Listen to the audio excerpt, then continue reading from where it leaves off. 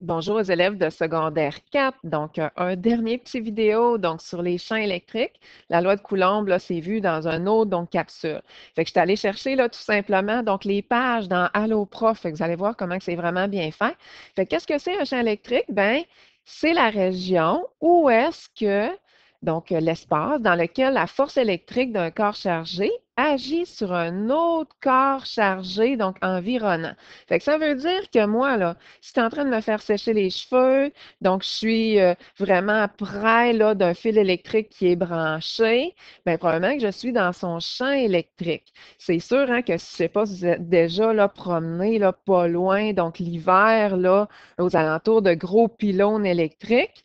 Mais on entend là, une espèce de petit son. Puis quand que la neige tombe donc sur les fils électriques, là, on entend le petit grésillement. Donc, c'est tout simplement là, que la neige passe dans le champ électrique qui est créé autour donc, des fils électriques là, qui ont vraiment donc, une haute tension. On nous dit que donc, un corps chargé électriquement donc, peut exercer à distance donc, une force. Donc, soit une force d'attraction, soit une force de répulsion. Donc, ce n'est pas nécessaire là, que les deux objets là, soient vraiment donc, collés. Puis, comment qu'on peut schématiser donc ces champs électriques-là?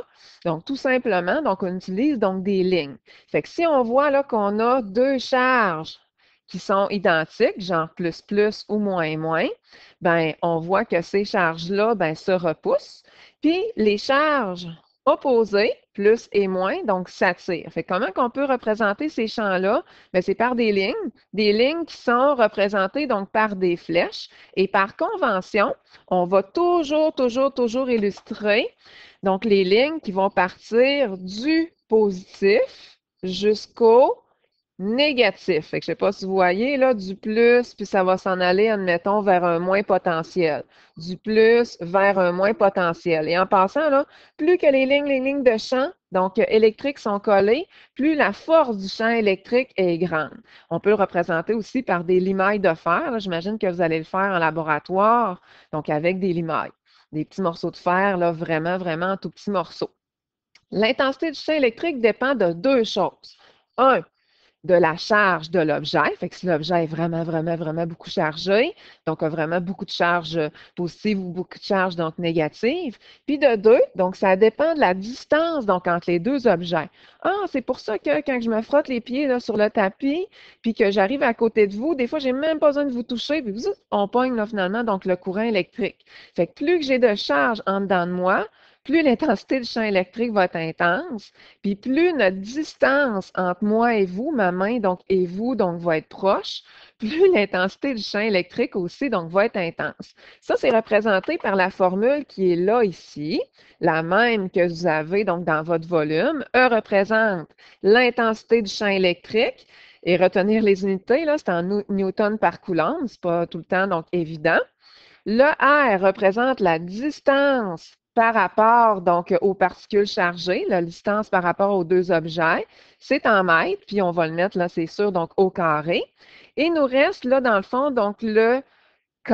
Le K représente donc la constante de Coulomb. La constante de Coulomb, ben, c'est sûr là, que c'est un chiffre bien précis comme pi, 3,1416 qu'on doit laisser stable.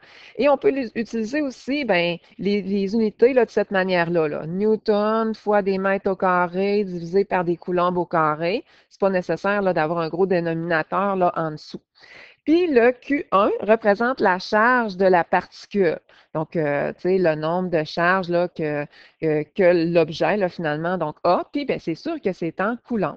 On va aller se pratiquer. Donc, avec la formule, de l'autre côté, donc ici, je vais aller donc me recadrer donc, pour l'exemple. Puis, on y va avec ça. On nous demande quelle est l'intensité donc, du champ électrique. Fait que dans le fond, qu'est-ce que je cherche là? Et ou E, là. Donc, je cherche donc le E là, pour électrique. Donc, ça serait davantage, tiens, on va l'écrire comme faux. Donc, E.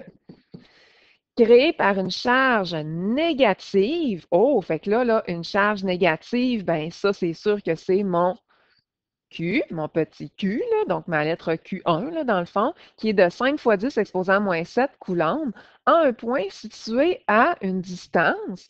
Ça va être vraiment donc ma distance, donc R de 10 cm. Mais nous, on déteste donc les centimètres. On va les transférer en mètres. Et c'est bien certain hein, qu'on va aller diviser par 100 pour aller transférer ça donc en mètres. Fait que tout ce qu'on a à faire, c'est d'utiliser donc la formule. On n'a même pas besoin donc de l'isoler. On commence avec la constante de Coulomb, qui est 9 fois 10 exposant 9, avec toutes ces petites unités là, tannantes à traîner. On va aller faire fois notre charge, qui cette fois-ci ben, est négative, mais tu sais, ça ne me dérange pas là, nécessairement. 5 fois 10 exposant moins 7 coulombs. Et je divise par le rayon au carré. Là, attention, là, on n'écrit pas 0,10 mètres au carré. Ce n'est pas des mètres au carré, là. Donc, on écrit tout le résultat avec les unités et tout ça, donc, c'est au carré. Donc, ça, c'est bien sûr. Propriété d'opération, hein? Il va falloir faire le haut carré, donc avant. Puis ensuite de ça, ben, on va pouvoir faire nos multiplications, donc nos divisions.